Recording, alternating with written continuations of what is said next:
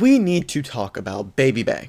Now, when he was first introduced to the roster, he was stepping into the shoes of one of the best players in Valorant at the time, and as a 30-year-old caster, it was always thought of as kind of a joke. Don't get me wrong, people weren't like mean to him or anything, and he had the general community support, but he was still not thought of as an actual pro player. After all, he was a 30-year-old caster, and that's who he still is in some people's minds. But that needs to change. See, if you haven't been keeping up with the Valorant offseason, Jonah P was benched and Babybay is now standing in for him as the possible long-term solution for G2.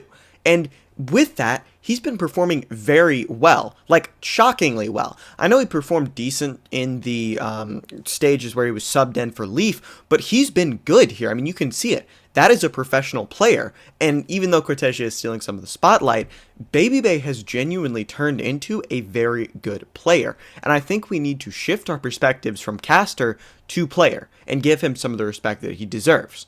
We're going to go ahead and take a deep dive into how good he actually is, and if he is the key to saving G2 from their international failures. I'm Lionzblade. I finally uploaded. Please subscribe. It would mean a ton to me in the off season. I pump out a lot more content in season, but not too much to make videos on now. Let's get into it. Now, G2 don't actually win this round, but I do want to highlight how Babybay isn't a weakness, as some might say. But first, we need to talk about the bonus round. You're going to take more advantages and more risks. G2, they go out here, but they make a fatal mistake in this play. They don't think that John could be all the way back here. They think he's going to be right here. In fact, watch right here where Jog is pre-aiming when he comes out of this smoke with Valen. Just wait for it. It's about to show it in right here. Look, he's pre-aiming for over here, and Valen is looking over here. No one thinks about the fact that John could be where he actually is, all the way back here, anticipating some bonus round shenanigans from G2. So with this, he waits, isolates the gunfight, then Valen forced to back up as they go, and you have a numbers advantage for Sentinels. But I want to talk right here. They make a fatal mistake, G2, when they see, okay, they know the Sentinels have people in vents. Babybay's hearing all this. He's heard the noise, the boombot, the clearance. They've seen the Prowler over here on Cortesia. So G2 read this as they have vents control. They have at least one person, maybe more A. It's an A split, and thus they rotate Leaf back over towards A, leaving B, the site the Sentinels are actually going to, defended by only Valen with a Stinger. That's not going to win you a lot of rounds right there. It's an obvious, it's something that is an understandable mistake to make, but once they make it right here, I'm not quite sure if it's one of two things, and I'm not sure which one it is. I don't want to speculate.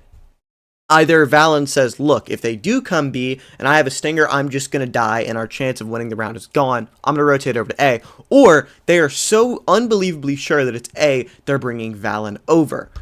Either way, the Sentinels end up going towards the B-bomb site. G2 don't really have an answer. Cortesia's in a perfect spot to backstab as well, and you see them getting ready for the retake. But what I want to talk about is Babybay here, because again, I think he's still thought of as kind of a bit of a liability, right? He got a lot of kills in Stage 2, and I won't deny that he was set up in a very good position on G2 to get those kills, but he's still a very solid player, even when he's not on those roles, right? On the Viper right here, he's doing a great job. I know he played a bit of it in Stage 2, but I digress. Anyways, once they get ready for this retake, you have to worry about Cortesia down bottom mid, which is just a beautiful, beautiful lurk. He gets a perfect timing, but once G2 actually come together to try and retake here, Trent doesn't fully re-clear all of this because they have to go for the retake. Valen gets killed, Babybay gets the trade, and then he gets on site, kills Redux to get Leaf's trade.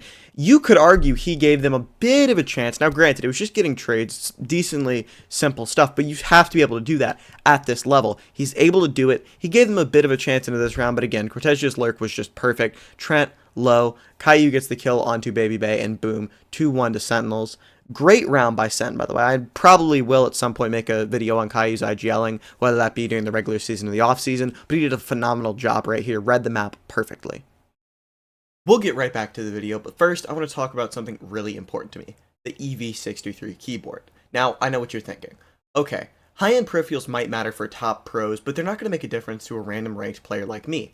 And you're not alone. That's exactly what I thought. I didn't upgrade my keyboard for years on end. It was big, it was terrible, but I thought it wouldn't matter if I got a keyboard.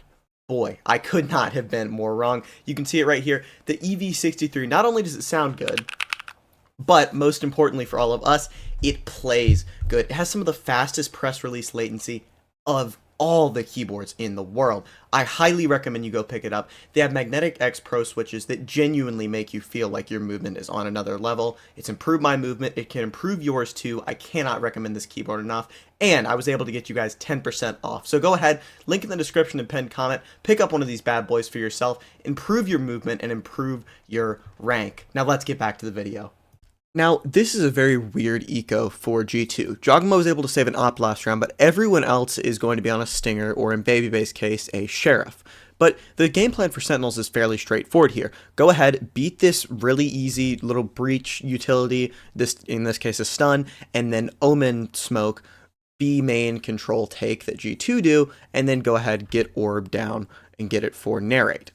Orb is gained for Narrate, he's able to get the Raise Rocket online. That was the game plan. That was what you come into this round trying to do. But when they head back, take a note of Jogamo's position. They're going to go back mid. This haunt that they're going to throw doesn't clear him. He's all the way tucked to the side, ready to peek out on a timing when he feels the time is right.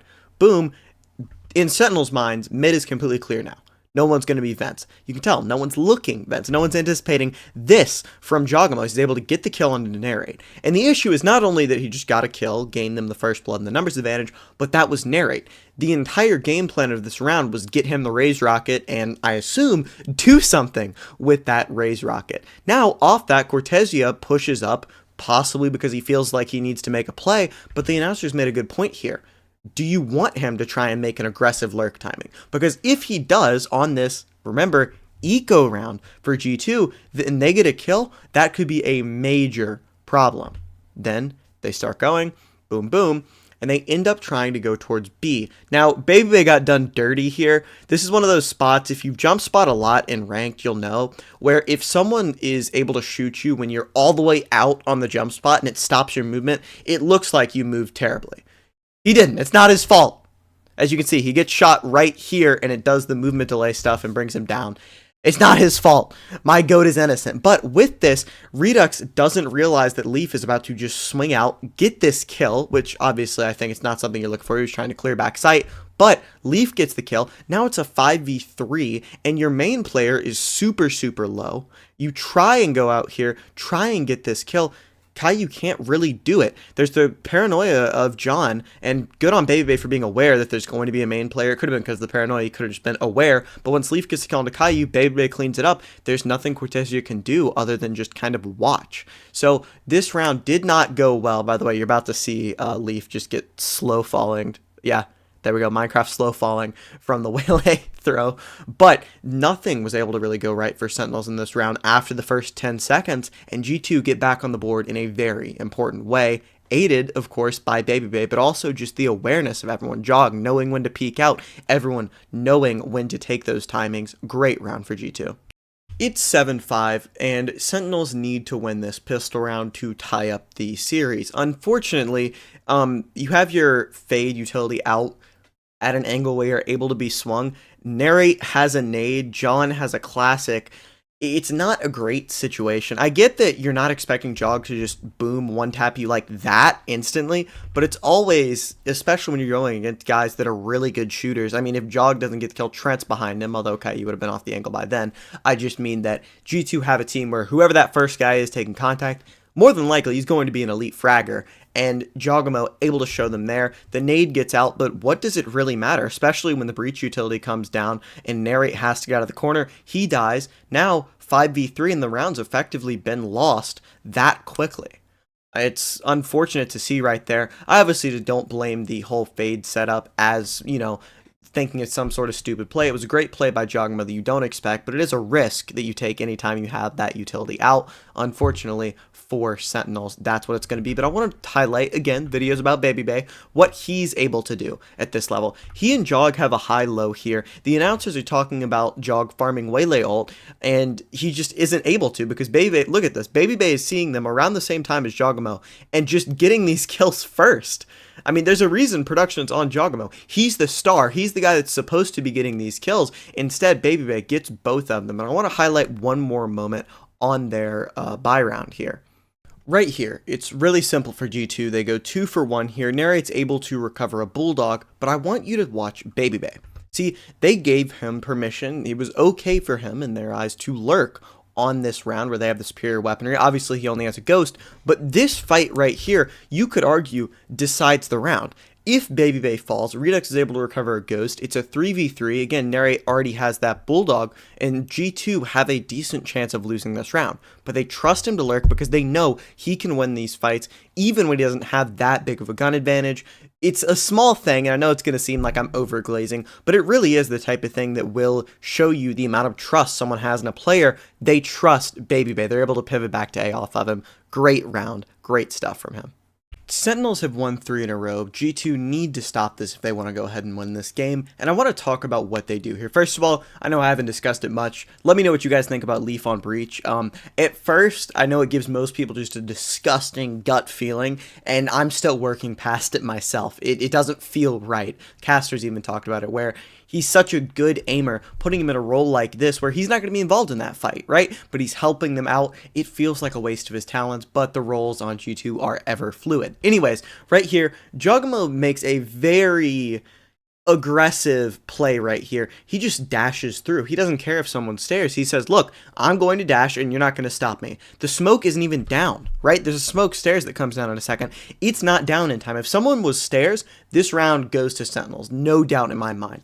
Thankfully, again, Babybay getting an impact kill here, and then also Narrate getting an impact whiff, except obviously not on the side of Sentinels, and I think it just shows how good G2 are. Jogamo goes down immediately, coming back up, helping his teammate. They get the kill on site as well, and at that point, the round is over. Babybay able to also see where Fade is, and it's just a great job by G2, taking the, admittedly, very big risk that no one would be stairs. Obviously, Jogamo should have waited a second or two for the smoke to come down, but they were able to win it regardless and go on to win the game. Thank you guys very much for watching. Make sure to check out the pinned comment. It's going to be a great keyboard, I promise you, used by pros like Eggster and Sato. I'm going to go now. Peace.